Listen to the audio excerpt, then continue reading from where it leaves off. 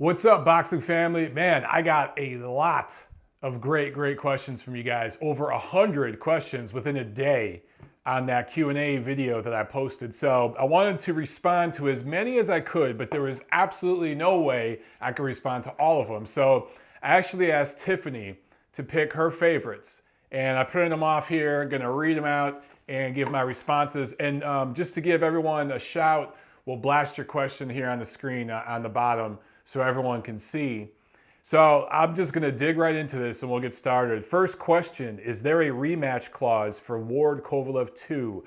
No, there is not.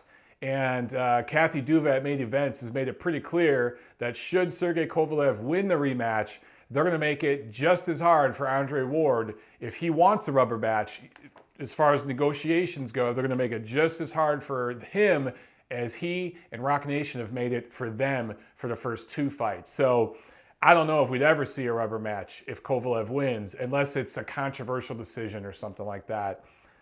Next question, if you had a chance to cover any other sport besides boxing, what would it be and why? You know, if I had an opportunity to cover American football, I think that'd be pretty cool. And it's for a number of reasons. Boxing is my favorite sport. And it's my favorite one-on-one sport, but favorite team sport is probably football because it's most comparable to boxing in a lot of ways. Not just because of the contact, but because there's a lot of chess playing. In boxing, it's two guys playing chess with each other, right? In football, it's kind of like two coaches using players to play chess. And much like a chessboard, all of your pieces have different roles. It's the same way with the players of football. So I like that parallel. Also, I love that football, there's only 16 games a year, so every game means something. You look at the NBA, NHL, Major League Baseball, there's too many games. The games become meaningless until like the last month of the season.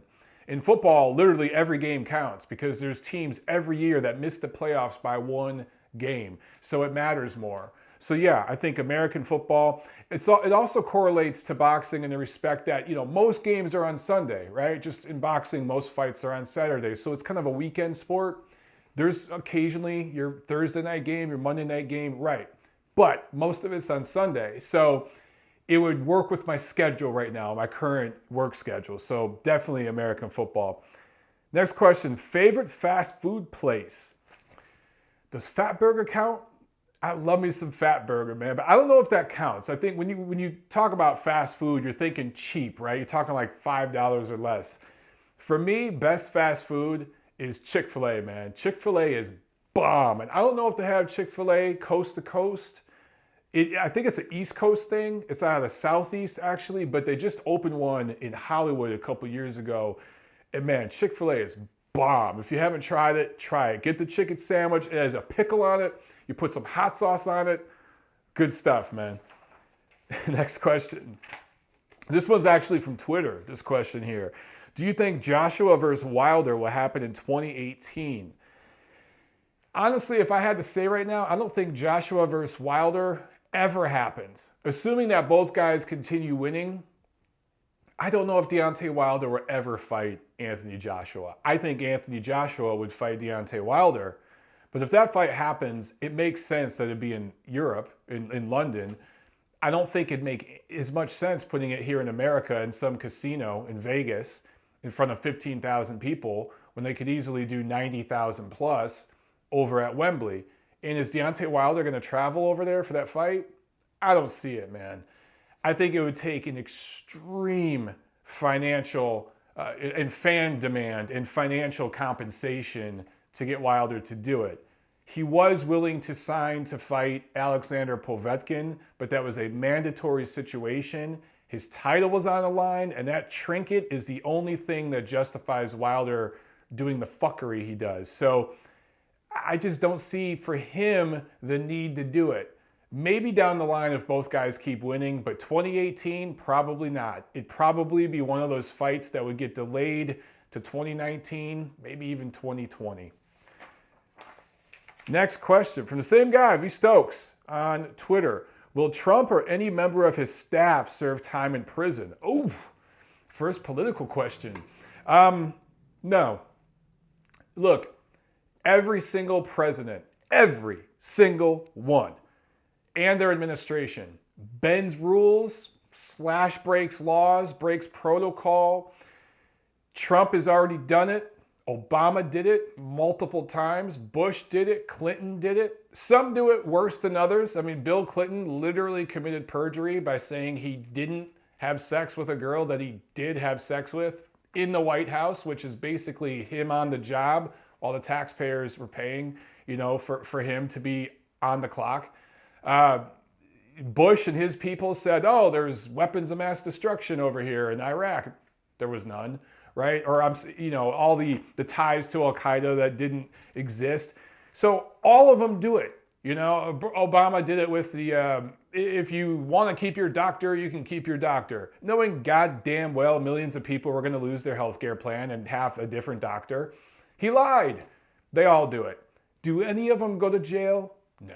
Do any of them do any time? No. Bill Clinton got his dick sucked and lied about it and didn't get impeached. They went through the proceedings and said nothing came of it, right? So, no. None of Trump's people are going to go in jail. There's going to be fall guys. He'll can this guy, can that guy, just like all of them do. The way these politicians are set up, they have so many buffers. It's so insulated. It's so protected. Nothing ever happens. So no, I don't think any of the people are going to jail. All right, one more question from you, dude. Tiffany picked 3 of your questions. What was the highlight of your trip to Dallas? Oh, man, we had a good time in Dallas. Highlight of the trip, the barbecue. That barbecue was bomb. I've had barbecue in a few different cities in America throughout the South, right? Throughout the South and the Midwest, and they all kind of do things differently. Sometimes it's ribs, the pulled pork, whatever. In Carolina, they got that pulled pork. I love that shit. But in Dallas, it was the brisket. We got the brisket and they cooked it right. Sometimes you get barbecue and it's dry. They like overcook it, Nah, it was cooked perfect. We found this bomb-ass barbecue joint. It was actually recommended to us by somebody. And it was great. The food, man. And then we had some Tex-Mex that was actually real legit. The food in Dallas. Not all of it. We went to a couple places that were but we found a couple of spots that were really, really great. Next question. Who do you feel is most likely to be pound for pound number 1 in 5 years? In boxing, 5 years is an eternity, bro. You can't look that far ahead. The person that will be pound for pound in 5 years is probably somebody that's not even on our radar yet. You talking 2 years, 3 years down the road? Okay. But there's so many variables in boxing. So many things can happen and change that affect lists like that. I honestly can't say. It would be irresponsible of me to guess. 2 years from now, it could be a Terrence Crawford. It could be Errol Spence. It might be Vasyl Lomachenko. The one thing about Lomachenko I worry about is he going to move too high up? Is he going to take on a crazy challenge at like 140 pounds or something and bite off more than he can chew one time? And that might cost him. But it's going to be between those 3 guys over the next 2 or 3 years. 5 years from now, though, even somebody like Errol Spence, as young as he is, he'll be on his way down.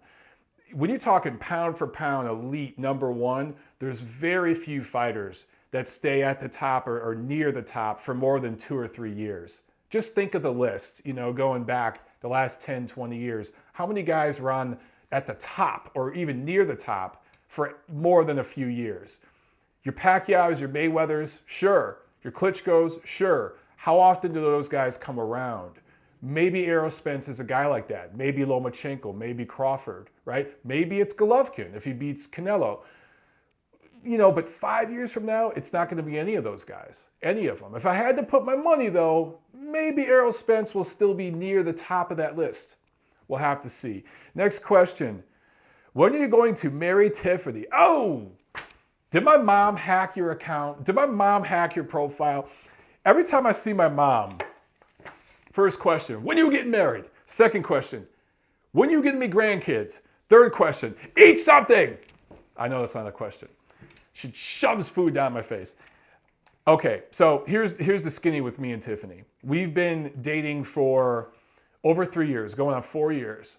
She moved in last summer. We haven't lived together for a full year yet. But guys, you really got to plan this stuff out.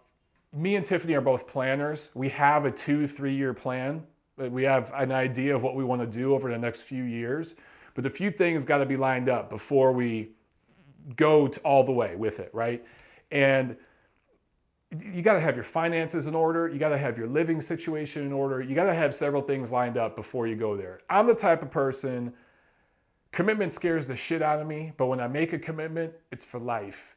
People that I love and I consider like family, I'm your soldier for life. And I've never been married, no kids, no baby mama drama, none of that. When I finally take that step, I'm doing it once. So, Giselle X, patience. Patience. Next question, how did you get your girlfriend into boxing? Okay, another Tiffany question. Here's how you get anybody into boxing, okay? But especially your girlfriend. And every serious girlfriend I've ever had, they've had to like boxing because if you're gonna be around me, you're gonna see a ton of fights, right?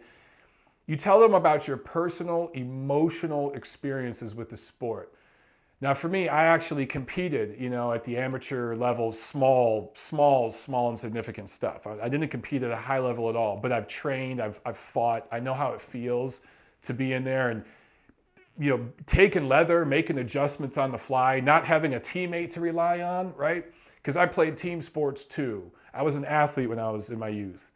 And having that personal experience, growing up around it, knowing fighters, really understanding the science of it and explaining that to my girlfriend really showed her a different perspective because she, like most people that don't know boxing, think it's just two brutes beating the shit out of each other. When you really start to explain the craft and the science to it, and then you explain that as you're watching a fight, right? They start to get invested. But more than any of that, get them emotionally invested in a fighter. And then they're hooked. I remember before Adrian Broner fought Marcos Maidana, there was some preview show or something like that, and Tiffany watched it, and she was like, man, this Adrian Broner guy's an asshole. I do not like this guy. And I'm like, yeah, but he's pretty good. He's probably going to beat Marcos Maidana. And she saw Maidana and was like, I like this guy. He was like playing pool with his friends and hanging out. He's just a nice guy. It's like, I like this guy. He looks like one of our friends that we could hang out with. Broner seems like an arrogant prick. And I told her stories I heard about Broner turning down autographs for kids wanting to take pictures with him and him saying, nah, so he could hurry up to the strip club. I know all kinds of personal stories about Broner. So she was emotionally invested. But I told her, look, don't get your hopes up. Maidana's probably going to lose this fight. And what happens? Maidana pulls off the upset. Knocks Broner down twice, takes the O, solves the problem, right? And Tiffany literally jumped off her couch. It was jumping up and down. It was one of the first fights Tiffany ever saw. And she was emotionally invested in a fight. And she experienced firsthand how boxing, more than any other sport, can pull at your emotions. And that's when she was hooked. So that's how you do it, brother. That's how you do it. Next question. What is your stance on medical recreational marijuana use? I'm pretty much a live and let live kind of person. I don't do drugs. It's just not my thing. I don't like the smell of pot. It smells like shit to me, and I don't get it. But, I love to drink.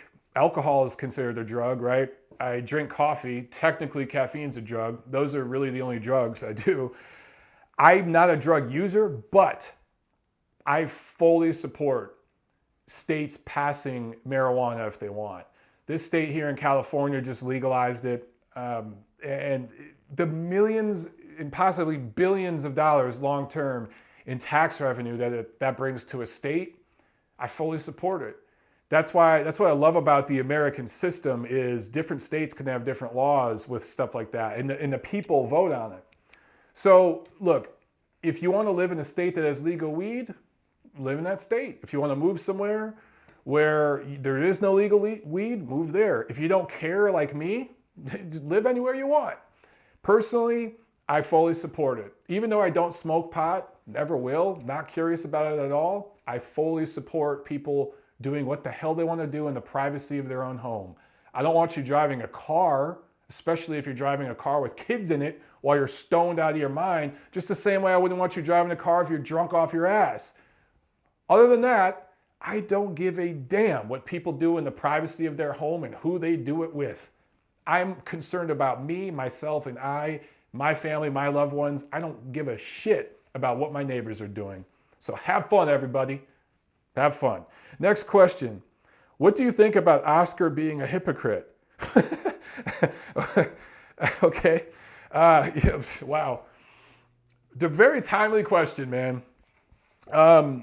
I assume that you're talking about the rant Oscar went on, I think, Facebook last week, asking boxing fans to boycott the Mayweather-McGregor fight.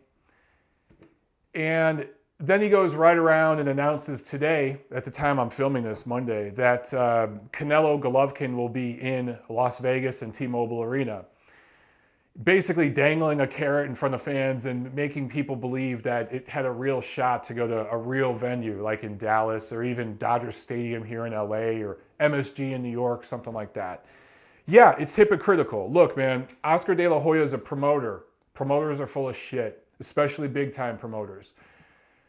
Basically, promoters are salespeople, and they're going to do what they're going to do to sell their product. They're going to say what they're going to say to sell their product. The problem with a lot of American promoters, and it's not just an American promoter thing, it's just worse here, I think, than in other places, but it's a problem in all of boxing. Promoters build up this little fan base with whatever fighter or fighters they have, and they kind of just milk that fan base. And with Oscar, he made some points in his rant dissing Mayweather-McGregor. He made some very valid points. But he put on a circus act earlier this year with Canelo Chavez. That was a cash money grab circus act as well. And he took a lot of people to the cleaners. And then he comes right back and he makes a great fight. Canelo Golovkin, the biggest event in boxing in years. And instead of really making it a sporting event and putting it in a place like Arlington, Texas, he kept it a boxing event and put it at T-Mobile in Vegas. And it had everything to do with money. It had nothing to do with building long-term fans for the sport. So yeah, Oscar's being a bit of a hypocrite there. But there's some good, there's some bad, there's some legitimacy to what he said, and there's some bullshit to it. Human beings are complicated. Oscar's no different. Next question, do you think boxing is more corrupt than UFC? Ooh, that's a loaded question. You know, I don't like the word corrupt. Inept, probably a better word. Dysfunctional, probably the best word. Boxing is so much bigger than UFC. And when I say that, UFC fans get all mad. You're dissing UFC. Shut up and listen before you start your ranting. I get it. UFC does bigger numbers in America as far as number of pay-per-view buys and TV ratings. Outside America is this place called Earth. And globally, boxing is bigger than UFC, okay? There are way more athletes, like as in 100 times more athletes professionally in boxing than MMA. It's an Olympic sport. It goes back centuries, okay? Boxing's bigger. So you have all these different sanctioning organizations. And essentially in MMA, you have one, and it's the UFC.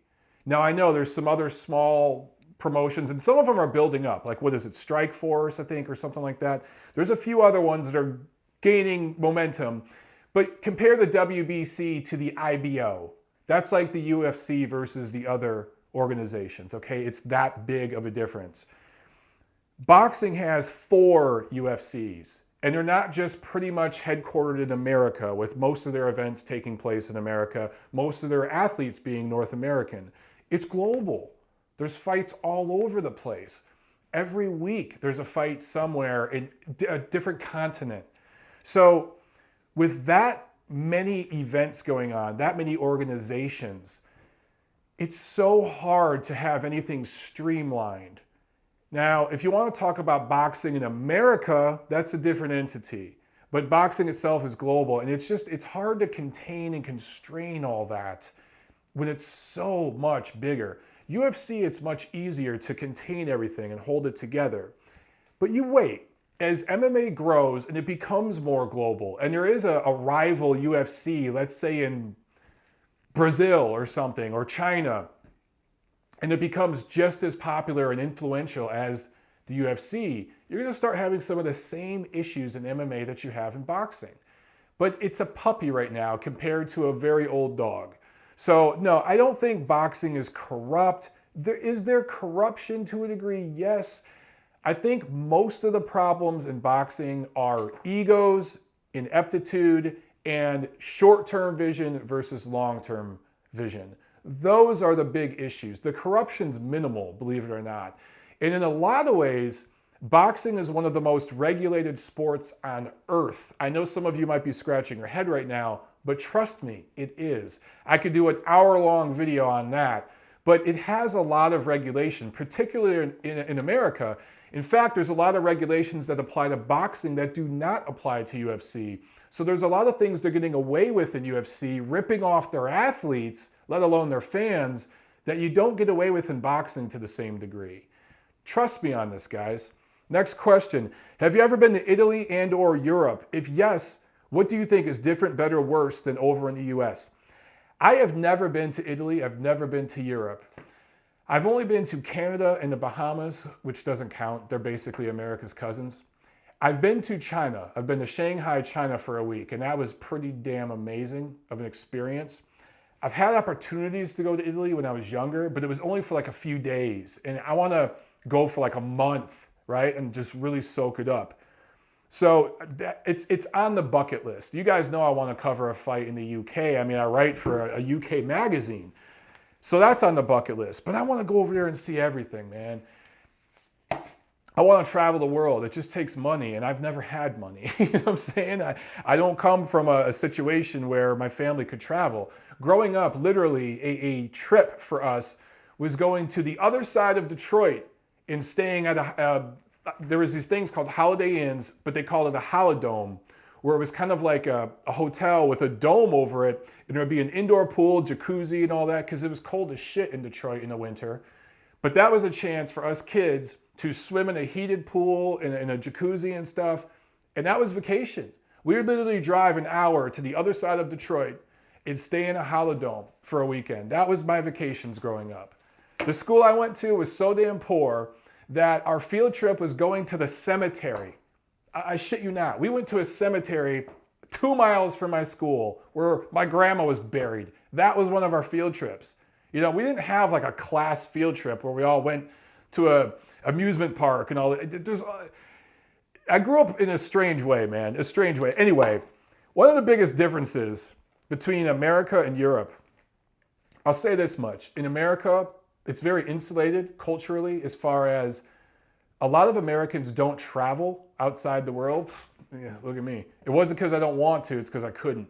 But a lot of Americans simply don't want to. A lot of Americans don't speak more than one language. You know, growing up, I speak some Italian and I speak some Spanish because it's Latin, so the Latino languages are very, very similar. If somebody speaks Spanish really slow to me, I can usually understand them. But that's more because of my family, right? But a lot of Americans only speak English. That's it. And even here in SoCal, you'll find people that are of Mexican descent. They speak some Spanglish, but that's it. They're not speaking French. They're not speaking Japanese and shit, right? So a lot of people in America, if you come from an immigrant family, you speak a little bit of the language of your ancestors in English. That's it. And even people from immigrant families, you speak a busted ass version of whatever your heritage language is. Like for me, I speak horrible Italian. I would embarrass a person from Italy. I've talked to people from Italy and, I'm like, hey, I'm sorry. Mi dispiace, you say, I'm sorry, like my Italian sucks. It's an American Italian and I know we do a horrible job and they'll laugh, whatever. But yeah, how many people do you know that speak a second language in America that speak it really, really well? It's pretty rare, man. Over in Europe, people speak 3, 4 languages. And people in Europe eat a lot better than people in America. People in America eat like shit.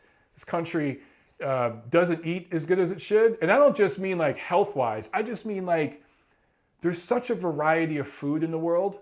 And a lot of people in America are just steak and potatoes. steak and potatoes. That's all they eat. There's so many forms of food out there. There's so many different cuisine you should try. Most Americans just don't. And that's something that people in Europe, in Asia, Latin America do much, much better than Americans, I feel. Next question. What do you think Golovkin's next 5 fights are? 5 fights? Woo. I don't know if I can predict 5 fights out, but I'll tell you this. I think Golovkin's next 3 fights are going to be against Canelo Alvarez. I think we're going to see a 3-fight series there. After that, maybe he goes up to super middleweight and fights 2 fights there. If I had to guess right now and put my money on it, that's what I see for Golovkin. Next question. Actually, you got a 2-part question here. Was Floyd Mayweather ever doping, specifically taking synthetic testosterone? And then, who's your all-time favorite fighter? Who do you believe is the best you've ever watched? We got a few questions there. Okay, Floyd Mayweather. And really all performance-enhancing drugs, accusations. We have to be very, very careful about the language we use, okay? Fans can say whatever the hell they want because they're fans. But I'm part of the media. And yeah, I'm a part-timer. I'm not a full-timer. I get it. But I'm part of the media, okay? And I have an obligation to only state facts. I can give my opinion. But for me to say Floyd Mayweather's on steroids when I have no smoking gun evidence would be irresponsible of me. And a lot of YouTube channels and even websites and bloggers and Twitter people flat out accuse people of doping or flat out protect people that have a cloud of suspicion around them. By any means necessary, they protect them. Too few people just state the facts and give their analysis in an unbiased way. So with Floyd Mayweather, there is a cloud of suspicion, okay? We know about IV-gate. I've talked about it. We know he's had not 1, but 2 TE ratios off a urine test that came back low, below 1, which is, generally speaking, a massive red flag to indicate a masking agent in your system to dilute things. So there's plenty of red flags around Floyd. I could keep going. There's red flags around Manny Pacquiao. There's red flags around Juan Manuel Marquez. But what do we know other than those red flags? We don't have a smoking gun. We don't have evidence from somebody that was there at the scene. We don't have a statement, eyewitness testimony. We don't have anything like that. We don't have somebody saying, I injected the needle in this dude. We don't have anybody being implicated in a big scandal like the Belko scandal, if you go back years and years with Barry Bonds, right? We pretty much know Barry Bonds cheated. We pretty much, there's so much evidence and so many people have testified that they helped him cheat. We don't have that kind of evidence around Floyd. So, cloud of suspicion, possibilities, yeah. Smoking gun, no. So let's choose our language carefully. All-time favorite fighter, Arturo Gatti. Best fighter I've ever watched. Are we talking live in person or on television? On television, in my lifetime, since I've been alive, I've seen fighters from before, but in my lifetime on television, off the top of my head, probably Sugar Ray Leonard. Probably the best fighter of the last 30, 40 years. Next question. If Kovalev slapped your girl, would you slap him back? Oh! You know what? I don't give a damn who you are. You slap my woman, I'm slapping your ass back. Yeah, I'd probably get my ass whooped, but it wouldn't be the first time. So, you know what? Yeah. If Kovalev slapped my girl, I'd absolutely slap him back. It is what it is. Next question. Will the judges and or ref once again be a factor in a Kovalev-Ward rematch? Is the only way Kovalev can win via KO? And then a follow-up, why can't Luis Ortiz get a big fight? Is he being ducked? Absolutely, the judges will play a factor in the Ward-Kovalev rematch because 90% chance that fight goes all 12 rounds. Neither guy... I think Kovalev has shown a stronger chin, but he's been down himself. Ward, though, is a pretty good defensive fighter and finds ways to survive. So I really think it's going all 12. Judges are going to play a factor. And two of the judges are, in terms of the way they score fights, establishment judges that tend to go with the A-side establishment fighter and favor Ward's style. One judge I think is very fair, and that's Steve Weisfeld. I think he'll score the fight correctly and score it fairly. Kovalev, to win the rematch, doesn't have to necessarily knock out Andre Ward, but he has to significantly increase his volume. Didn't punch enough in the first fight. I still thought he won, but to get the judges to score it for him. Look, the judges are already going to favor Ward. Two of them. They're already going to favor Ward every close round. So when you have a close round where both guys land 2 or 3 significant punches, the only way Kovalev's going to win that round is if he throws 20, 30, 40 more punches in the round and there's just more volume there. That's how he gets those close rounds from the judges that are going to be favoring the other fighter. Second part of your question with Luis Ortiz. You know, Luis Ortiz absolutely is being avoided. I'm not going to say the word ducked because it's not like he's a huge box office draw and there's casual fans everywhere clamoring for him to fight a top guy. But of course he's being ducked. He's a dangerous fighter. The problem with Luis Ortiz isn't that he's being avoided. It's that he's got a bunch of people in his ear whispering about go this direction, go that direction. He's made a bunch of questionable business decisions, as a lot of these Cuban defectors do, and it's stalled his career. He's also failed a drug test before. That stalled his career to a degree. He just needs to get in the damn ring and fight. And quite frankly, in his last fight, he didn't look that great. My prediction for Luis Ortiz is when he finally gets a big, high-profile fight against a titleist, he's probably going to get knocked out. I know that's an unpopular opinion, but I think he's going to look old overnight and show up in the ring and get sparked by somebody. Maybe it'll be by a guy that he's supposed to win. He's just going to be upset at some point and then go into obscurity. It's kind of sad, but I see it coming a mile away. Seen it before, we'll see it again. Next question, does Tiffany have a single sister? Tiffany actually has a younger sister who just got engaged. Sorry, dude, you're late to the party. Next question, what are your thoughts on the Canadian boxing scene? I like the Canadian scene. It's pretty much headquartered in Montreal, though. You know, that's the gym scene and everything is there. The fan scene is there. But look, we just saw Stevenson fight Fonfara in a complete mismatch that nobody wanted. We wanted it 2 years ago, but look at the crowd.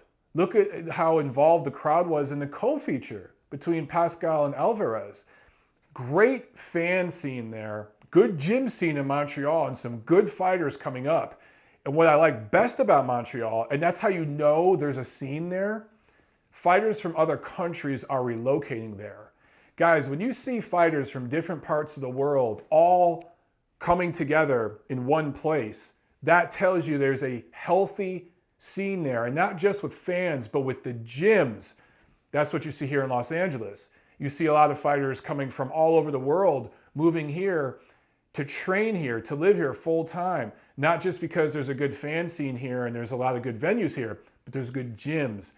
Same thing with Montreal. And I think you guys have some great prospects coming up. You guys are going to have a healthy scene there for years to come. In my opinion, Montreal has usurped New York, Philadelphia, that area, and is the hotbed of the East Coast in the North American boxing scene. Just my opinion. Some people won't like it. A lot of New York media won't like that, but it's the truth. It's just the truth. Your fighters there are better than the New York fighters right now. They just are. Next question. Have you done commentary for a boxing event? Are you thinking about doing another guest appearance on the Boxing Rant show?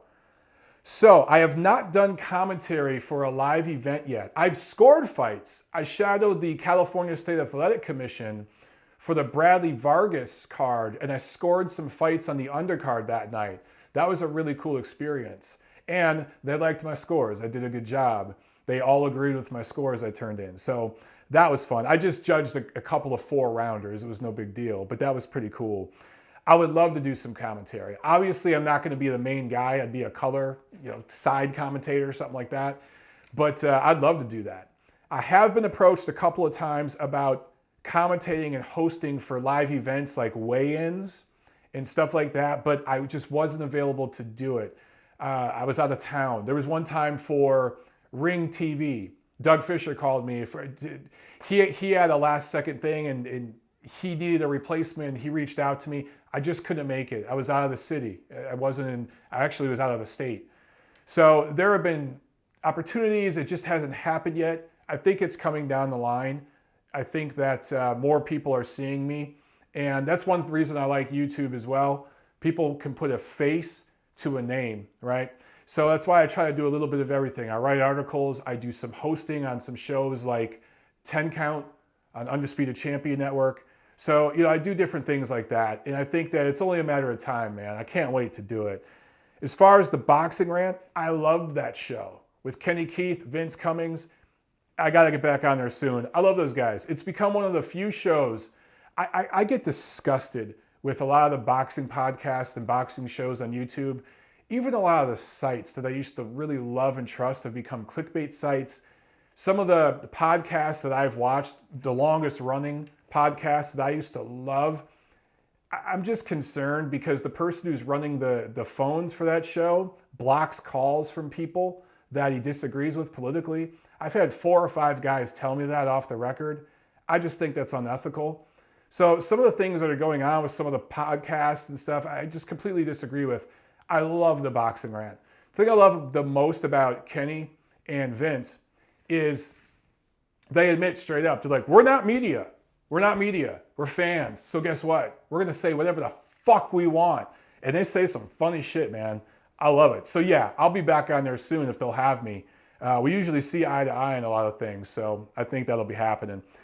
Next question. What is your favorite Daniel Bobo curling experience? For most of you, that's going to go right over your head unless you were a fan of the Opie and Anthony show, which I think is the best radio show ever. A lot of people think Howard Stern was the greatest radio show, Shock Jock. Howard plateaued in the 90s and fell off and honestly became a complete fucking sellout. And now he's just a complete fraud. Opie and Anthony took over and was so much better than Howard Stern.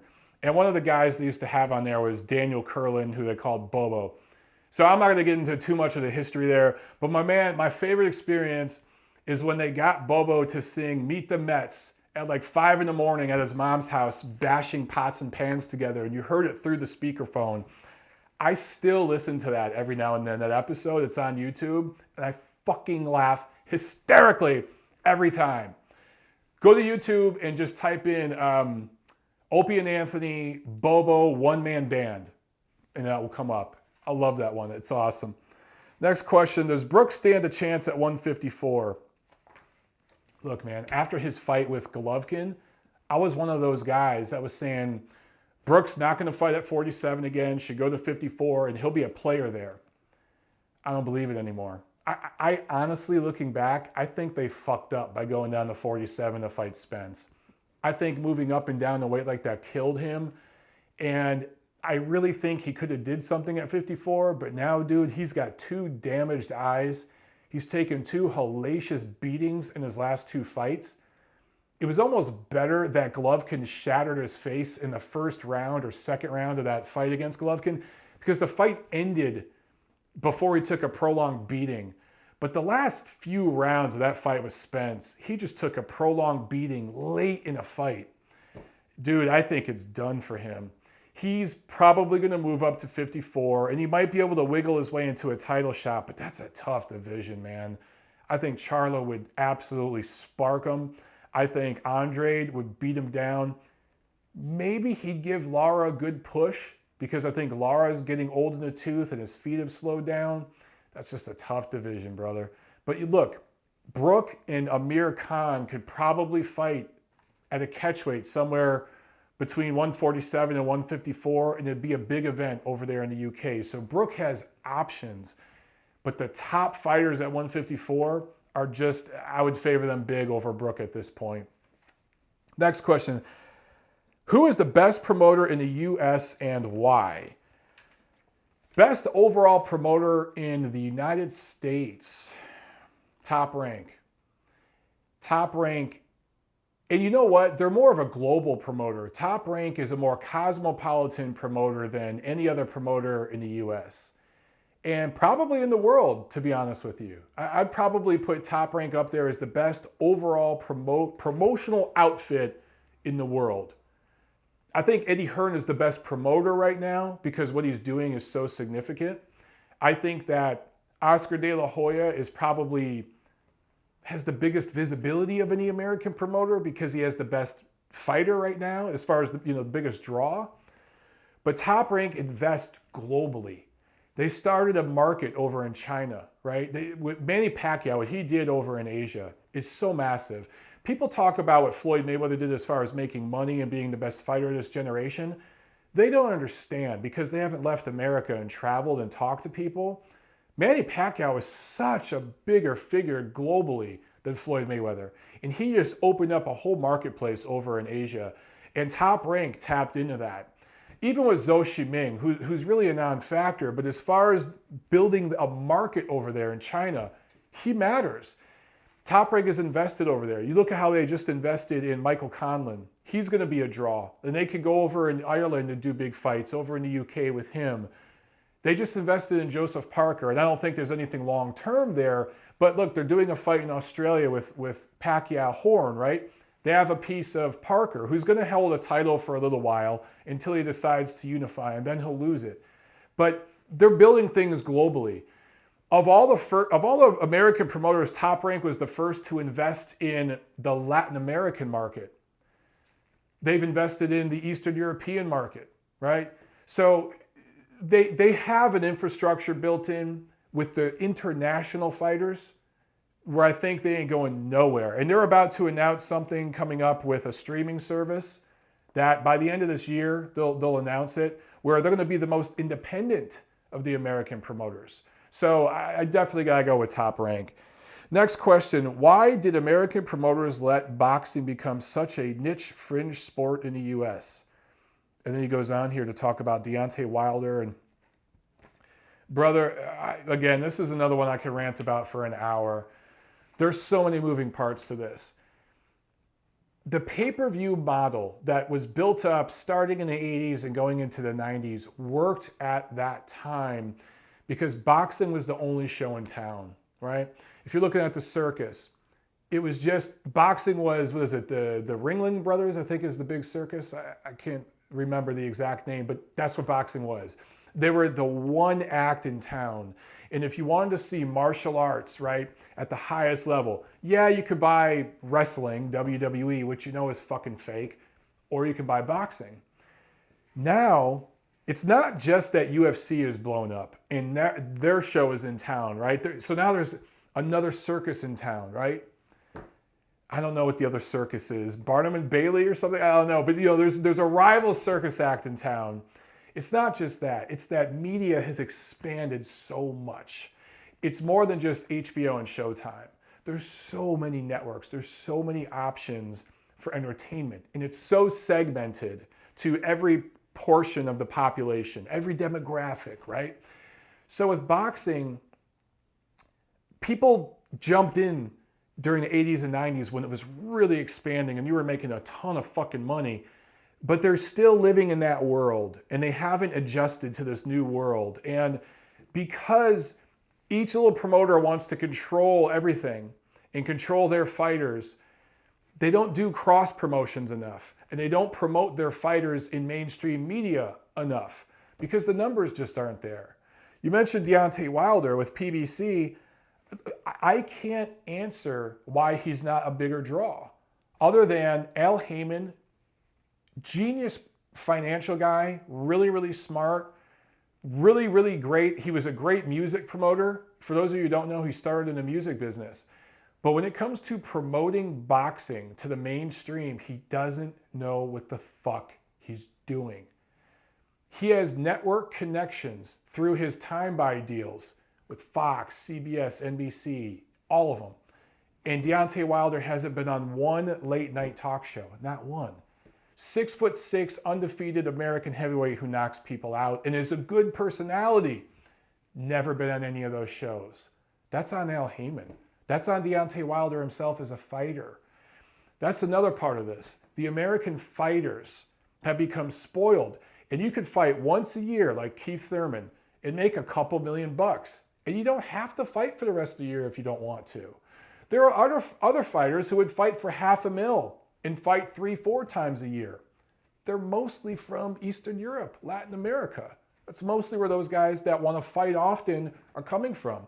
The American fighters, I'll fight once a year. The little fan base I built up when I was a prospect, they'll show up. I'll make my $2 million.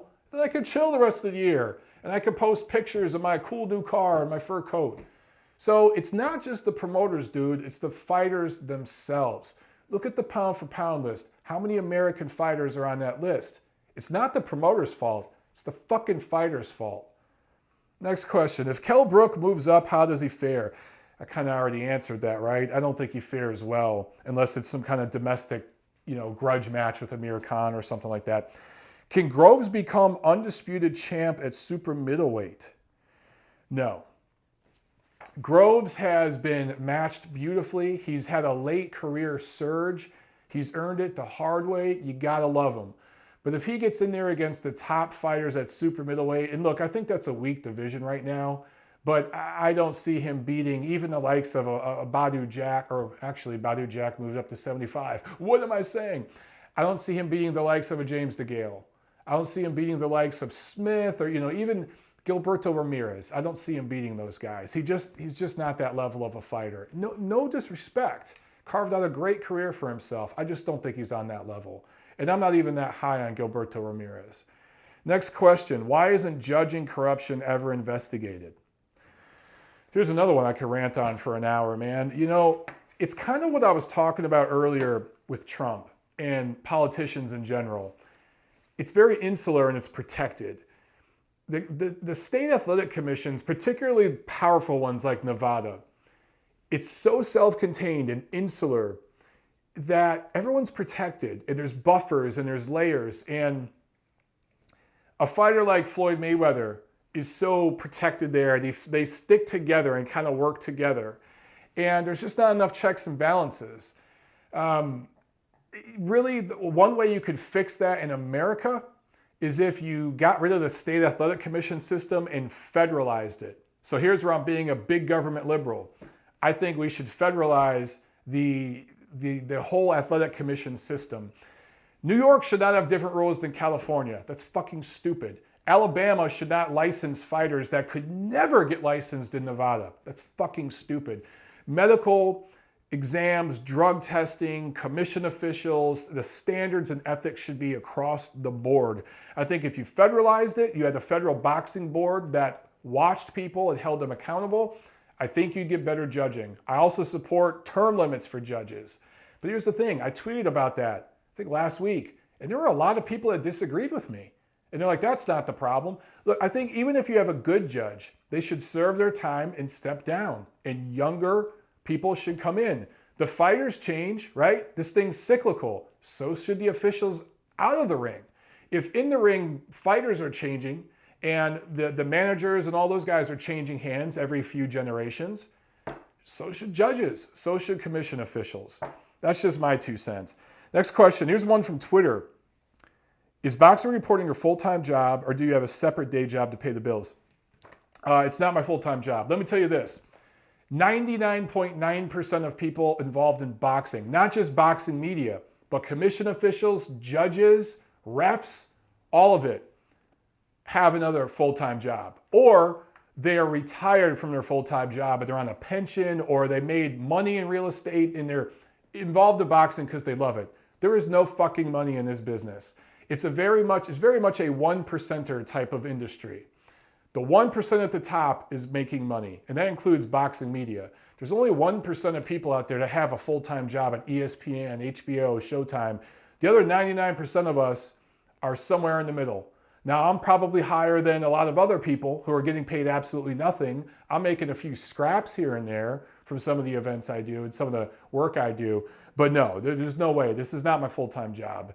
I have a full-time job, I do this, and then I do some work in the entertainment industry as well for additional income. But I do not do boxing for the money. I do it because I love it. He also has a second part. Who had the worst fall from the top of their prime, Mike Tyson or Tiger Woods? You know what, man? Mike Tyson was built up to be let down, and to a certain degree, his career was smoke and mirrors. I know that makes a lot of people mad when I say that, but it's true. Mike Tyson's not a top 10 all-time great heavyweight. Probably top 15, but he's not top 10. There are people out there that think he's a top 3 heavyweight. Why? Who did he beat in his prime? What fighter did he beat in their prime that rates that kind of all-time greatness, you know? And the thing is now, Mike Tyson's kind of America's sweetheart. He's done Broadway plays, he's done movies, he's had cartoons and TV shows and stuff. Tiger Woods, man, he was an international brand. Mike Tyson was a boxer, so the bad boy image and the womanizing and the drugs and all that kind of is par for the course. That's what a lot of people in the mainstream media expect. Tiger Woods was a golfer, a squeaky clean golfer. For all the stuff that's come out about him, I think he had a much, much greater fall. Next question, have you ever been in an orgy? Well, damn. Well, I'll tell you this. If you define orgy as myself and more than one woman, yes. Multiple times. Next question, if Vasyl Lomachenko followed the example of Rachel Dolezal, would the black boxing fans who say he's overrated finally accept him? Okay, not my question, guys, so don't start. You know what, man? I could have a lot of fun with this question, obviously, but I'd probably offend a lot of people. Truth be told, Vasyl Lomachenko is a threat to certain people with ideological biases. I'll say this, 99% of black boxing fans love Vasyl Lomachenko. It's that 1% that are assholes who are racist and prejudiced and think it's, you know, they're living in Selma. You know what I'm saying? Escape, join the 21st century, why don't you? They're never going to like Vasyl Lomachenko. And by the way, this shit goes both ways, guys. There's a lot of guys that are never going to like Deontay Wilder and will forever think that he ducked Alexander Povetkin, and Povetkin is clean as a whistle. It goes both ways. So let's game peep game, all right? But yeah, it probably is more in the black media complex. There's probably more racism and bias there, at least from what I see in boxing, for the simple fact that Deontay Wilder does not defy stereotypes. Terrence Crawford, Errol Spence, they don't defy stereotypes. Vasyl Lomachenko does. Gennady Golovkin does. Who else? Sergey Kovalev does. These guys are threats. Manny Pacquiao does. He's a threat. So those guys are going to get more shit because they're a bigger threat because they defy the stereotype. Next question. Did you vote for Trump? And if not, give 3 reasons why he shouldn't be president. No, I did not vote for Trump, and I won't vote for him in 2020. Not because I think he's the worst thing ever, but because the only reason, I can't give you 3 reasons, the only reason is because he wasn't fucking qualified. I don't like politicians. I don't like establishment politicians that have been in office for decades, that have done nothing their whole life but be a politician or an activist. Don't like those people, but you have to have some practical experience. And regardless of what you feel about Trump and his experience, or I'm sorry, Trump and his politics, wherever you side with all that, I didn't even look at that. I just looked right away and I was like, this guy has no fucking experience. He's a celebrity. Why is he running for office? More than that, guys, I am a registered independent and always vote third party. Both parties are fucking ridiculous in my opinion. They speak different languages, but they both butt fuck the common man the same way in the end. Next question. Who would you like to have in your corner, alive or not, if you were going to fight for a world championship? This one's easy. Emanuel Stewart. Great trainer, great boxing guy, great human being, a credit to our race. And if there was anyone I could have in my corner, it'd be him. Next question. Are you doing exactly what you want to be doing in your career? Are you looking at the possibility of one day getting to call fights on HBO or Showtime? This is kind of like the other question I asked or answered a minute ago. You know, I would love one day to have a corporate job at HBO, Showtime, ESPN, something like that. But I'm just not a corporate guy. I don't ride the corporate line. I say what I feel. And because of that, I'm never going to be picked up for one of those jobs. And it's not me being negative. It's just me being real, guys. You have to remember, I dabble in the entertainment industry. I live in Los Angeles. I know how this thing works. I talk to a lot of people off the records behind the scenes. It's almost predictable who will eventually take Max Kellerman's job one day or Jim Lampley's job. There are certain people I feel should get those jobs. They won't. It's just the way this thing works. Would I love to do something like that? Hell yeah. Am I doing what I want to do? Yes, to a degree, but I'd like to be doing more. It's frustrating. Certain people move up faster because they have sponsors paying for all their bills and stuff so they can make every event. They don't have to pay their own bills the way I do. There are people also that do toe the corporate line, play the political game, hang out in the right crowds, do the right drugs, go to the right parties. That's why I say boxing is the entertainment business. It's not that much different than Hollywood. Different players, different language, but ultimately it's the same kind of shit. And is it really any different than any of you guys who work at a big company? Whether you're in banking or you work in a factory or something, there's people that play the right game and they hang out with the right people. They move up the ladder quicker. Same thing happens in boxing. It's really no different. But of course, I'd love to do something like that. And I think I do a good job. Problem is, I tell the truth too damn much. And when you tell the truth, you have less friends. It's just the way it goes. Next question, what inspired you to go the media route? Also in terms of politics, how did you get affiliated with Steve, Doug, and others? What kicked me in the ass to do this full time, brother, is when I started dating Tiffany.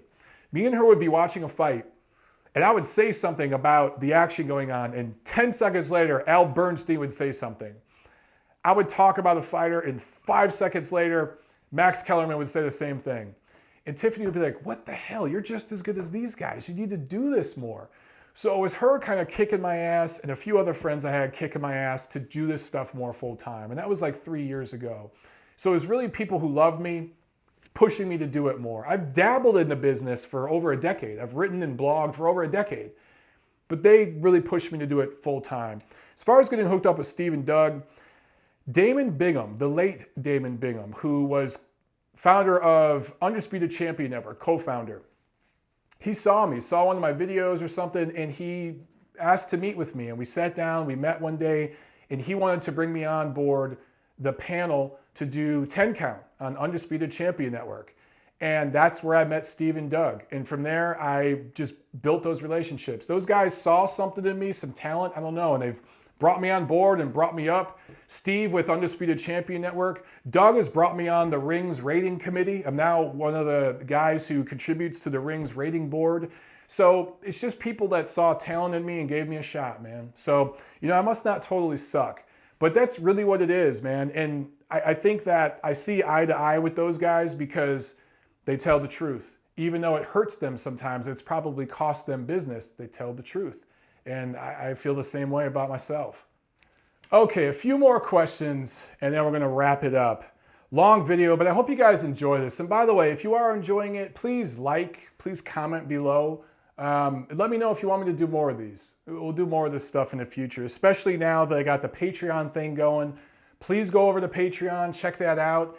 And look, if you end up pledging money to the channel, we can get to where you're doing your own video question, and it will be embedded in an episode of the Neutral Corner. So please, let me know if you guys like this stuff. We'll do a lot more of it. I like being interactive with the boxing community.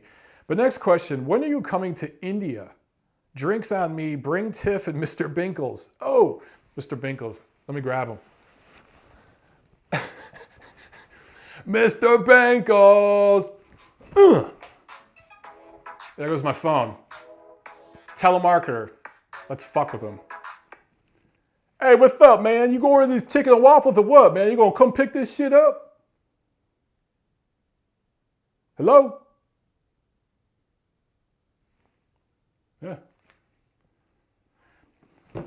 I guess they didn't like it. Look, that's how you get rid of telemarketers. Just fuck with them. Answer the phone and say some fucked up shit like that. They'll take you off the call list. They'll never call you back. Okay. Back to your question. Dude, I would love to come to India. Are you kidding me? It was, it's so funny. A lot of these questions are kind of all coming around full circle. So I was talking about earlier, man, I would love to travel. I would love to come to India. By the way, I fucking love Indian food. And I love Indian food. Man, it actually sounds good right now. And the culture There's so much rich culture in India. I'd love to come there one day. Look, man, funds are tight. I don't have a lot of money, but one day I'll be in a better situation financially, and absolutely I'd love to come over there. And you can, hey, drinks are on you? Cool with me. You can introduce me to some Indian beers that I don't even know exist probably. Next question, why have you not married Tiffany yet? Mom, stop hacking people's YouTube pages. Like I said, patience. There's some plans in the works. We got a 2-3 year plan. Okay, it's on the horizon. But right now we haven't even lived together for a year yet. So patience, patience. Second question, being a full-blown Republican, I would consider you more right-leaning by your commentaries, but how do you categorize your political affiliation? Well, that falls right in line with some other stuff I just said. Look, I'm a registered independent. I really don't vote for either party. I vote third party almost always. In this last presidential election, I voted third party. I live in California. The election here is a pre-gone conclusion. You already know who's going to win. So my vote was kind of a fuck you vote, honestly, to both establishment parties. I'm pretty much an anti-establishment guy, not in an anarchist way. I'm not one of those wackos, but in a way that I root for the little guy. I root for the underdog. And I think establishments are good, but when they get too big and too powerful, there's problems there. Anything that gets too big, there's going to be issues, right? So that's why I don't really ride with either party. And if you look at it, both parties, if you look at their talking points and what they're supposed to be about, they've both lost their way. How I consider myself politically, and it's not just me talking the talk here, guys, walking the walk. I've taken dozens of political ideology exams. You know, you can take those exams online. There's MIT did one that's really good. There's a bunch of them out there. Almost always. I'm talking all the time. I always come in the middle. It always says that I'm moderate, independent. Always. When it comes to social issues, I consider those to be personal issues that should be handled in your own household. I don't care how you feel about gay marriage or smoking pot or religion. I don't care. Just don't talk to me about it. Keep it in your home. Me personally, like I said before, I don't care what people do in their home. So if two gay guys want to have gay butt sex, good for them. It ain't my fucking thing, but good for them. I don't give a shit. It's not affecting my life. If two lesbian women want to get married, I don't care, right? I don't care what your religion is. I don't care how you feel about any damn social issue like abortion or whatever. I don't care. Keep it to yourself. It's the same way with the president. All I give a shit about when it comes to the president is keep the economy flowing. I want to be able to have a job and keep me safe. Good economy, strong military. That's all I really give a shit about. Keep the infrastructure intact, right? I shouldn't see bridges collapsing. I shouldn't see massive potholes on highways. All that stuff should be kept good. Other than that, I really don't give a shit how the president feels about any social issue. The system we have right now, think about it. We have the most socially diverse and dynamic empire in the history of human civilization. And we're represented by two parties. How does that make sense? It doesn't.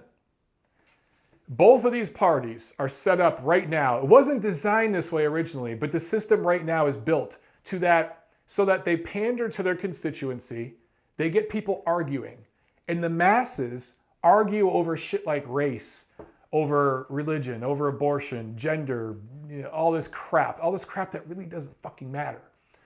Meanwhile, they're both hooking up their buddies at the top. They're all hooking each other up. The lobbyists, the judges, the lawyers, big business, all this stuff is tied in. The media is all connected now. Media, academia, Hollywood, it's all one big bubble now.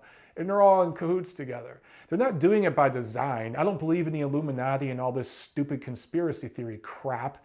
It's just a 1%er setup. And the real divide in this country is socioeconomically. People think that there's a real divide between race and shit. There really isn't. All you people that argue about race all the time, you're fucking morons. A poor black person and a poor white person have a lot more in common than that poor black person has in common with a rich black person. Yet, everyone's taught that black and white guys should be fighting, and they don't get along, and it's bullshit. So that's why I kind of ride down the middle. The reason why you probably think I'm right of center is because you probably hear me criticize the left more than the right, which I do. But consider that I live in Los Angeles, California, one of the most liberal places, not just in America, but on earth. Consider that I dabble in the entertainment industry, and I live in town where I have friends who are very high up in the industry. People who are editors, directors, producers of major films, major shows that you guys would know about and probably watch. Guys that are really, truly my friends, so I won't ask them for a favor. Hey man, put me on your TV show. Just, we're friends. We go out, have drinks, we talk, and they tell me shit. There's political agendas, there's social engineering, there's censorship, there's cultural Marxism going on. And the media, the entertainment industry, writes the social narrative in America and influences the social narrative globally. Southern California is a bubble, and it has a disproportionately big, powerful impact, control over the social narrative in America. And a lot of people outside that bubble don't really understand what the hell is going on inside of it. It's scary. It's scary. So if I criticize the left more, that's because I live where the left is in control. And on most social issues, if you will, I probably side more with what is supposed to be left wing. So maybe you beat up on your own tribe a little bit more. I don't know. There are certain issues that I'm right of center. There are certain issues where I'm left of center. Things have gone so far left, though, so far left in the media and the entertainment business that a moderate guy like myself is deemed as being extreme by a lot of these people, just because I'll say things that you're not allowed to talk about. But it used to be that censorship and telling people they can't talk about this subject or that subject was a tool of the right wing. It is now a tool of the left wing. They're literally saying only black people can talk about a black subject, but black people can talk about white subjects too, but only white people can talk about white shit. White people can't talk about, fuck that. Humans can talk about human shit. That's how I feel. I consider that position to be middle of the road. I treat everybody the same and I judge people based on the content of their character. I consider that to be a middle of the road position. But that is being deemed now an extreme right position by the left wing. And that's why I'm more critical of them. So I can see why you have that assessment, but trust me, I ride down the middle. Except when it comes to like the social justice warrior, regressive people. Fuck them. They're assholes and they really are destroying the fabric of our society. And in the academic institutions and through the media, they're raising a generation of fucking idiots, incapable of critical thought. And I grew up poor. I grew up disenfranchised. I've had to work for every goddamn thing I have. I drove out here at 30 years old with nothing but my clothes in my car and slept on a floor for 6 months and got from there to where I am now, all for some millennial cuck asshole to tell me that I'm privileged because my ancestors come from Europe. Go fuck yourself. If that makes me an extremist, so be it. Last question, and this is by Exciso, and it's the best question. How do I get laid with any of the Tecate girls? My man, let me just tell you this. It's easier than you think. I'm going to get in trouble with some of these answers. Some of you guys got me in fucking trouble. That's it with this Q&A session, guys. Like I said before, let me know if you like this. I know it's long-winded and these are long videos, but are they fun? Are they entertaining enough? Are I'm sorry I couldn't answer all your questions. We'll do more of these if you guys like it, and I'll get to more. Look, I got that printed off, right? I know whose questions I answered. Those of you who I couldn't get to, I'll answer you next time, all right? But let me know, like, comment, subscribe, all that good stuff, blah, blah, blah. Visit Patreon, support the channel. Love you guys. Peace. I'll see you at the fights.